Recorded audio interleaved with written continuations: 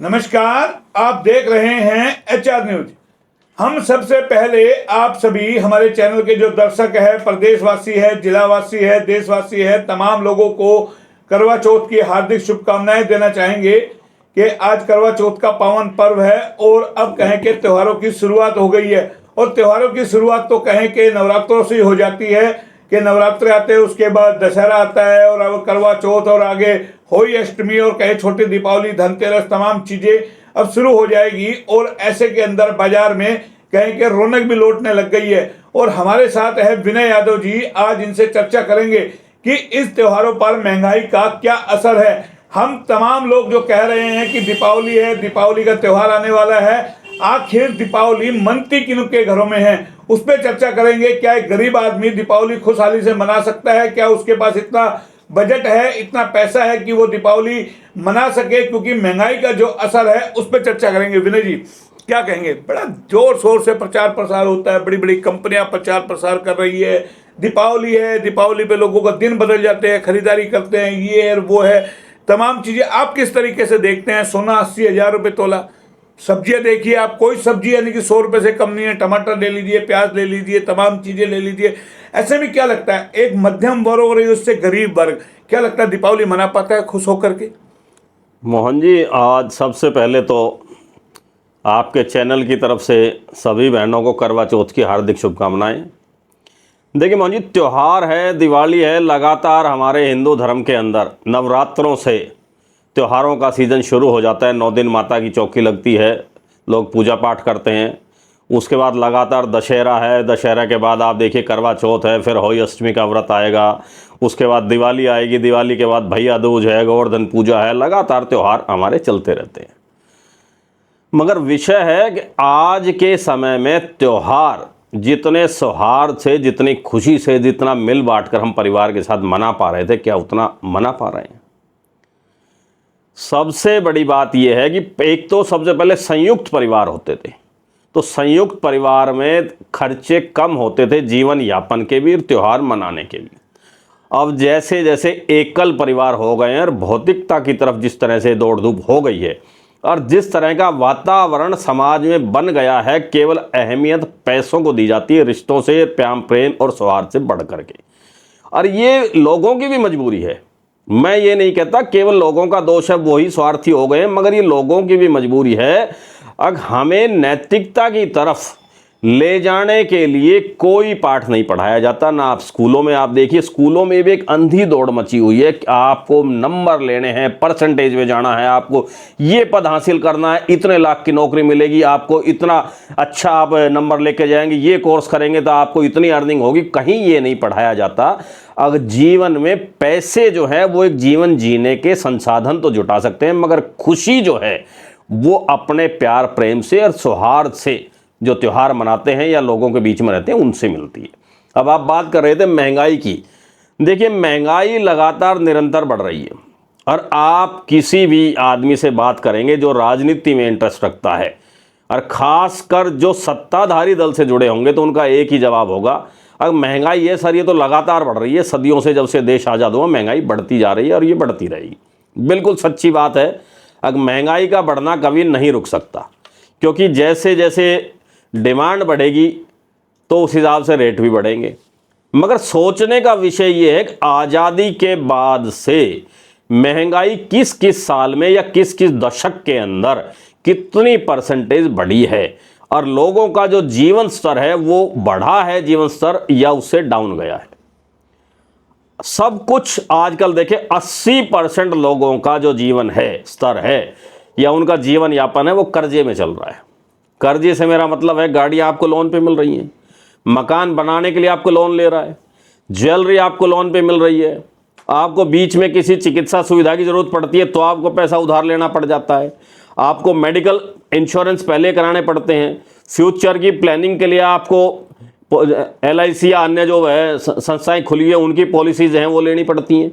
तो सब कुछ जो हमारा जीवन है वो इतना स्ट्रेस में और आप कनेक्ट करें कर्जे पे, लोन पे चल रहा है। नहीं, आपने बिल्कुल बिल्कुल दुरुस्त बात की है। लेकिन मेरा सवाल ये है कि दीपावली का त्यौहार क्या होता है? खाना पीना, सब्जी लाना, मिठाई, यही तो हम मानते हैं ना कि ये खुशियां मिल जाए। और आपने कहा एकल फैमिली अब हो गई है, उससे लोग बट गए हैं कहें के। और हमारे हिंदू धर्म में बड़े हर्षोल्लास से पकवान बनते हैं, घर में सब्जियां बनती है। लेकिन आज जो मैं महंगाई की बात कर रहा हूँ वो कर रहा हूँ रोजमर्रा की आइटम। आप टमाटर देखिए 100 रुपये किलो, आलू आपके 80 रुपये किलो, प्याज आपकी 100 रुपये किलो, धनिया 300 रुपये किलो। अगर हम और आइटम में आ जाएं तो गिफ्ट पैक, जो कभी में 100 रुपये में एक गिफ्ट पैक आता था चॉकलेट के डब्बों का, ड्राई फ्रूट का, आज वो 500-700 रुपये से कम नहीं है। क्या ऐसे में गरीब आदमी दीपावली मना सकता है? जो हम कहते हैं कि पूरा हिंदुओं का पर्व है, क्या हम तमाम हिंदू इस पर्व को मना सकते हैं? हम हिंदू राष्ट्र बनाने की ओर तो भाग रहे हैं, क्या हम लोगों का जीवन जो उठ सकता है? क्यों आज भी बहुत सारे लोग ऐसे हैं जो अगर आंकड़े देखें तो 80 रुपये रोज कमा रहा है, कोई 100 रुपये रोज कमा रहा है, कोई 200 रुपये रोज कमा रहा है। क्या उससे गुजारा हो जाएगा? उससे दीपावली का त्यौहार बन जाएगा? मोहन जी देखिए, बेरोजगारी जब तक खत्म नहीं होगी, देश के अंदर बेरोजगारी खत्म पूर्णतः कभी नहीं हो सकती। मगर एक आंकड़ा होता है, आपने लोगों को जीवन यापन करने के लिए कितने साधन मुहैया कराए, आपने उनको नौकरियां कितनी दी है, आपके उनके व्यापार धंधे जो चल रहे हैं उनमें रियायतें किनको मिली है, कितनी दे रही है सरकार। दूसरा, आपको लोन जो है वो सस्ती दरों पर कब उपलब्ध हो रहे हैं, आपकी जो कृषि उपकरण है वो सस्ते हैं या नहीं है। क्योंकि अनाज एक ऐसी चीज़ है जिसके बिना संसार जीवित नहीं रह सकता। पेट भरने के लिए आप चाहे कितनी भी बड़ी आप कहीं धंधे मंदे चल रहे हो, आप कम तो खा सकते हो मगर भूखे लगातार नहीं रह सकते। तो इसलिए आपके कृषि उपज के लिए क्या सरकार ने उसके अंदर क्या क्रांति की, क्या नए उपकरण लेके आए, कितनी रियायत किसानों को दी गई, जो कृषि संयंत्र हैं उनके ऊपर कितनी सब्सिडी दी गई, कैसी उपलब्धता कराई गई, ये बहुत से विषय हैं जो सोचने पड़ेंगे जनता को और सरकार को। मगर आज के समय में सबसे बड़ी दिक्कत क्या है, अब सोशल मीडिया पर त्योहार रह गए हैं। हकीकत में आप बात करें तो लोग आज देखेंगे करवा चौथ का त्योहार है, लोग कपड़े पहनकर अपनी फोटो शेयर कर रहे हैं, पोस्ट डाल रहे हैं, सब कुछ चल रहा है। मगर आप ये बता सकते हैं आज करवा चौथ के दिन ऐसे कितने घर के महिला पुरुष या प्रधान है जो कमा रहे हैं आजीविका, जिन्होंने खुशी से अपनी इच्छा से ये सोचकर खरीदारी की हो कि आज मेरे पास 10,000 रुपए एक्स्ट्रा है या 5,000 रुपए मेरे पास एक्स्ट्रा है, सेविंग है, मैं इनसे कुछ खरीदारी बाजार में कर लूं। नहीं कर रहा है तो पैसे वाला, मैं वही बात कर रहा हूं। अब मध्यम वर्ग है और निम्न मध्यम वर्ग, गरीब वर्ग, वो मजबूरी में खरीदना पड़ रहा है उसको, तो वो खरीद रहा है, तो वो भी कर्जा लेकर के उनको ईएमआई पे उपलब्ध है। एक दौड़ ऐसी चल गई है कि मेरे भाई ने लिया या भाभी ने लिया, पड़ोस ने लिया, तो मुझे दिखाने के लिए कुछ ना कुछ खरीदना है, इसलिए लोग खरीद रहे हैं। पहले लोग एक्स्ट्रा पैसा होता था जब सोना चांदी खरीदते थे भविष्य के लिए, हमारे पास ये पैसा एक्स्ट्रा है, ये बचत है हमारी, हम इसको भविष्य की निधि के लिए हम सेव करें, हम सोना या चांदी खरीद ले ताकि आगे कभी समय पर बच्चों की शादियों में, मकान बनाने में। 80,000 तोले का, 80,000 रुपए तोले का, क्या लगता है कोई गरीब आदमी मध्यम वर्ग गोल्ड खरीद पाएगा? कितना खरीद लेगा? मोहन जी 10 ग्राम आप खरीदा, 1 तोला आपने खरीदा, कि 80,000 इतना एक्स्ट्रा मनी है? क्योंकि आज जो हालात और स्थिति है बाजार की, आप देखिए, एक पैसे वाले को छोड़ दीजिए, जिनके पास करोड़ों है वो तो कभी भी खरीद सकते हैं, उनके तो 12 महीने त्योहार है। लेकिन त्योहार की परिभाषा यह है कि गरीब आदमी दीपावली के दिन अपने घर में दीपक जला ले, खुशियां मना ले। क्या वो खुशियां उन घरों में हैं? उन घरों में चिराग जलेंगे? मोहन, त्योहार रह गए सिर्फ पैसे वालों के, और पैसे वालों के लिए त्योहार और संसाधन रह गए हैं। इसीलिए लोगों का जो है माइंडसेट केवल पैसे कमाने की तरफ रह गया है, रिश्ते खत्म होते जा रहे हैं इसी वजह से। ये सबसे बड़ी वजह है। अब हिंदुस्तान का आप मान के चलिए 90% पैसा है, केवल 10% लोगों के पास है, और 10% पैसा 90% लोगों के पास है। तो ये जो असमानता बढ़ती जा रही है ना लगातार, इस असमानता की वजह से गरीब और गरीब होता जा रहा है और अमीर होता जा रहा है।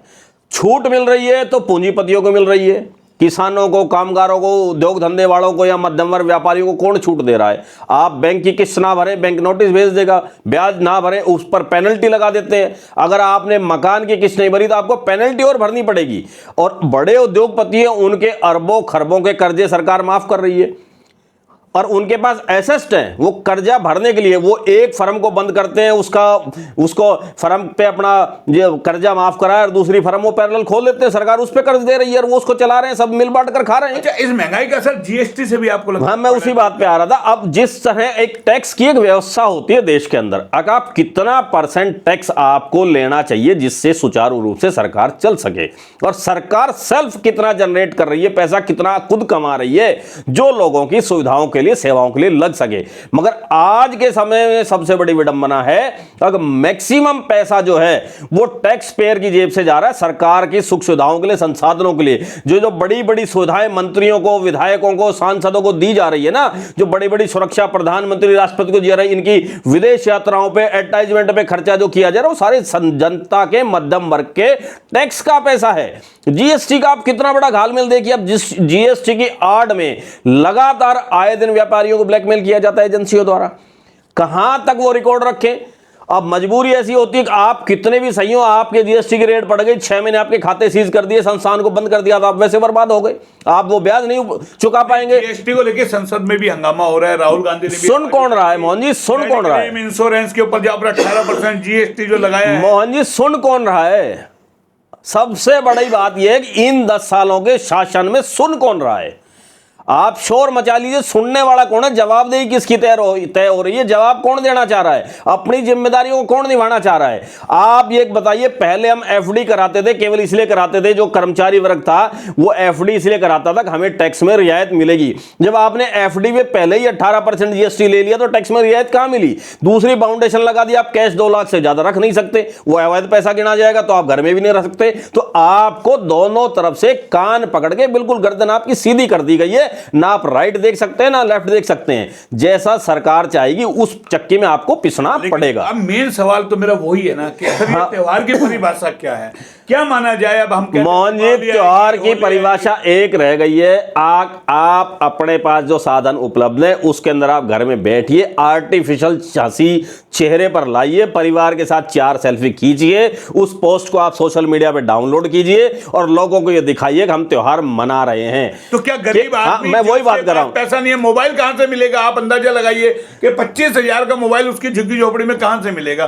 खुद मजदूरी। मोहन जी, इस मोबाइल ने, सोशल मीडिया ने, नेट ने लोगों को बेरोजगारी से की तरफ इतना आदी कर दिया कि लोग बेरोजगार हैं मगर उनके पास टाइम पास के साधन नहीं है, इसलिए वो मोबाइल पर दिन रात लगे रहते हैं। आप देखिए रील, सबसे बड़ी दिक्कत है, इतने आपत्तिजनक पोस्ट और मीडिया रील्स वगैरह आती हैं जो हमारे समाज में नैतिकता की बात करते हैं। बड़े बड़े नेता हैं, सांसद है, विधायक है, प्रधानमंत्री तक लेकर नैतिकता की बात करते हैं। पर मुझे ये बताइए, जो पोस्ट आपत्तिजनक है, जिनसे हमारे बच्चे बिगड़ते हैं, जो समाज के अनुसार नहीं होनी चाहिए, जिस तरह के वीडियो चुटकुले वायरल होते हैं वो नहीं होने चाहिए, जिस तरह का आप कहें एक नंगापन आजकल जो दिन रात परोसा जा रहा है, जो बच्चों को नहीं दिखाना चाहते हम, वो दिन रात वो देख रहे हैं, तो समाज किस तरफ बिगड़ते हुए जाएगी? नशा भी कहीं, एक नशा, जिस तरह का नशा और जो एक गाने चल रहे हैं जिससे आप देखें अराजकता को बढ़ावा मिलता है, एक आतंकवाद को बढ़ावा मिल रहा है और एक गुंडागर्दी को जो बढ़ावा मिल रहा है कि आप गाने ऐसे चल गए हैं, आप उन गानों की थीम्स को सुने तो बच्चों का माइंड सेट उस तरफ जा रहा है। बात कर रहे थे महंगाई की,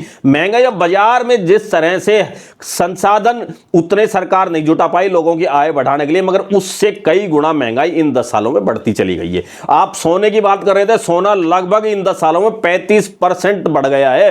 पिछले उससे पहले 10 साल पहले जो था रेट, उसमें 35% का इजाफा हो गया।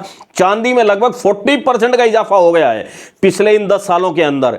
तो ये कृत्रिम दिखावा है या असल में महंगाई है? और अगर असल में महंगाई बढ़ी है तो सरकार को इस पर कंट्रोल करना चाहिए। बिल्कुल चिंतनीय है, क्योंकि हम जो जेवर खरीदते थे, अब दिवाली पे आप पहले लोग चांदी के सिक्के लेते थे, जेवर खरीदारी करते थे, दिवाली एक खास त्योहार होता था, मगर अब क्या रह गया? लोग सीमित बर्तन, एक क्या है फॉर्मेलिटी करनी है, त्योहार है धनतेरस पे तो यार 2-4 बर्तन घर में ले आओ। अब क्या ईएमआई पे सब कुछ मिलने लग गया, तो कोई टीवी ला रहा है, कोई फ्रिज ला रहा है, वो इंतजार कर रहा है पिछले 8 महीने से, अगर दिवाली पे खरीदूंगा ताकि त्योहार पे मेरी खरीदारी हो जाए, मैं कहने को हो जाऊं जी दिवाली के ऊपर लेके आ रहा हूं। एक बड़ा सवाल आपसे कर लेते हैं, अगर सरकार थोड़ा सा अगर जनता के प्रति सजग हो, अपने खर्चे कम कर ले, विधायकों की सैलरी में थोड़ी गिरावट कर दे, या और जिस तरीके से वेस्ट ऑफ मनी होता है या जिस तरीके से बड़े बड़े प्रोजेक्टों में कमीशन खोरी होती है, अगर इन सब चीज़ों को, भ्रष्टाचार को रोका जाए और वो पैसा गरीब और आम आदमी तक रोजगार के जरिए किसी तरीके से पहुंचे, तो क्या लगता है थोड़ी समानता आ सकती है? जिस तरीके से कहें कि पैसे वाले गरीबों की एक खाई जो बन गई है, उसका कोई विकल्प है? आप सुझाव दे सकते हैं? देखिए मोहन जी, आपने कहा आम आदमी, आम मतलब मैंगो मैन, और मैंगो केवल चूसा जा सकता है। आम आदमी केवल चूसने के लिए सरकार कोई भी हो, मगर फर्क क्या है, अब इस सरकार के अंदर आम आदमी का शोषण। आम आदमी से मेरा मतलब एक गरीब, हाँ मैं गरीब उसी बात पे आ रहा था। नए कपड़े पहन ले, मिठाई लिया है, नहीं कहां से लाएगा आप मुझे बताइए। इतने बड़े बड़े राजनेता हैं, इतने बड़े अरबों की संपत्ति आप देखें, उनके चुनाव में उन्होंने जो अपने संपत्तियों की ब्यौरा दिया आप देखें, किसी ने एक ने कहा है अगर मैं इस बार अपने विधानसभा के अंदर हर एक घर में एक मिठाई का डब्बा पहुंचाऊंगा, मेरे पास 100 करोड़ की संपत्ति है, मैं पहुंचाऊंगा। चुनाव जनता ने जिता दिया, काम करना तो छोड़, वो दिवाली के ऊपर ऐसे कितने सांसद है, कितने विधायक है, कितने मंत्री हैं जो कम से कम एक प्रति भोज करा रहे हो अपने इलाके की जनता को। अब चलो मैं एक टाइम का तो भोजन उनको खुशी मनाने के लिए मैं देता हूं, और सबके लिए खुला आमंत्रण है, कोई भी वहां के खा सकता है पूरी मेरी विधानसभा से। सेठ तो होंगे वो करते नहीं, अरे मोहन जी जिनको लेने की आदत हो गई है ना वो देना नहीं जानते। अन्नकूट तो करेंगे लगातार, वो अन्नकूट तो जनता के चंदे के पैसे से हो रहा है। अन्नकूट तो हमारी परंपरा है, ये परंपराएं हैं जो हिंदुत्व की बात कर रहे हैं, जो आप नैतिकता की बात कर रहे हैं, वो केवल जिंदा है मध्यम वर्ग की वजह से।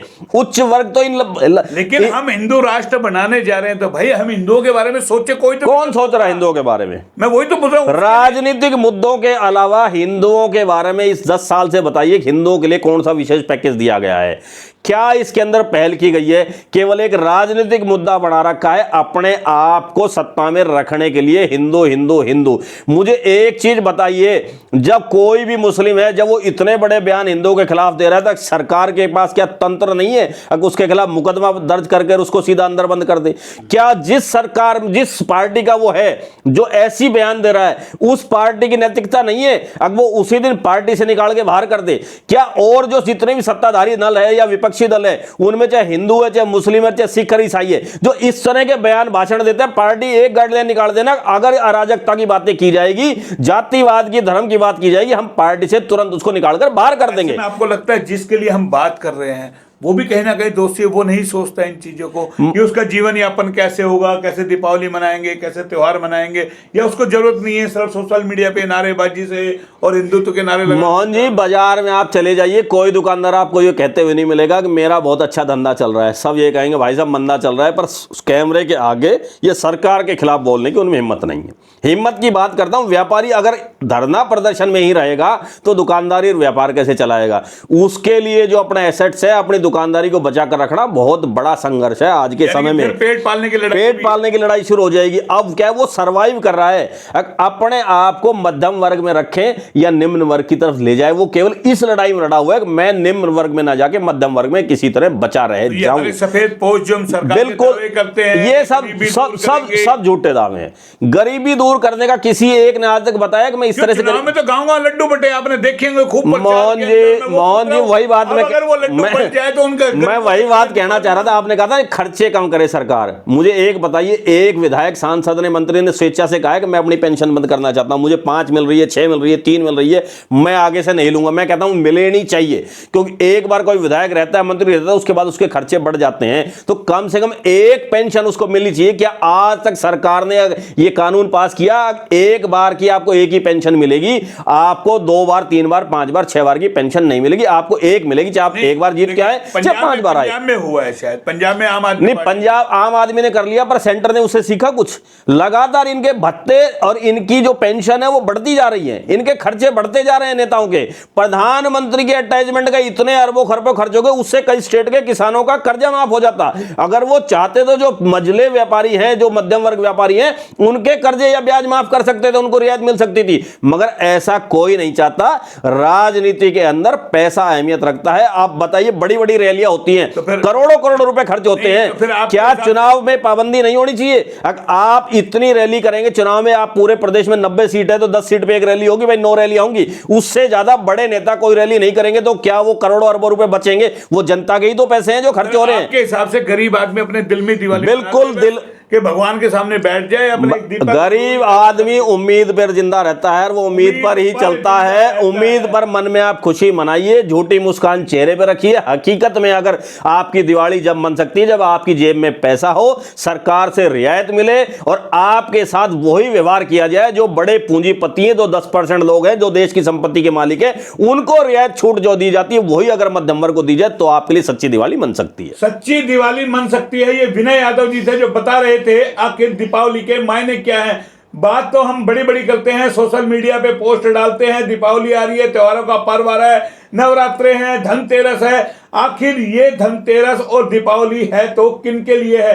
ये दीपावली और धनतेरस है धन्ना सेठों के लिए, पैसे वालों के लिए। गरीब के घर में आखिर दीपावली बनेगी तो कैसे बनेगी जब उसके परिवार में खाने के लाले पड़े हुए हैं, दीपक जलाने के पैसे नहीं है, मिठाई लाने के पैसे नहीं है। तो आप अंदाजा लगाइए, क्या हम वो खुशियां हर परिवार में देख सकते हैं जिसके हम दावे और वादे करते हैं कि दीपावली का त्योहार है? बड़ी बड़ी बातें जो की जा रही है, क्या देश का हर एक नागरिक दीपावली खुशियों से मना पाएगा? ये बड़ा चिंतन और सोचने का विषय है। सरकारों को भी इस पर सोचना चाहिए कि अपने खर्चे कम करें, आम आदमी को रोजगार मिले, महंगाई कम हो। जिस तरीके की महंगाई है उससे नहीं लगता कि आम आदमी खुश होकर के दीपावली मना पाएगा। फिलहाल विनय जी ने अपनी बातें रखी, तमाम चीजों इसी तरीके के हम मुद्दे भी लेके आएंगे, चर्चा भी लेके आएंगे। ये हमने दीपावली के त्योहार पर एक चर्चा की कि बात तो बड़ी बड़ी की जा रही है, ऐसे में क्या वाकई एक गरीब आदमी के घर दीपावली मनेगी, दीपक जल पाएगा खुशियों का? वो सोचना है सरकारों को। फिलहाल इतना ही, फिर आएंगे नए अपडेट पे, तब तक के लिए नमस्कार।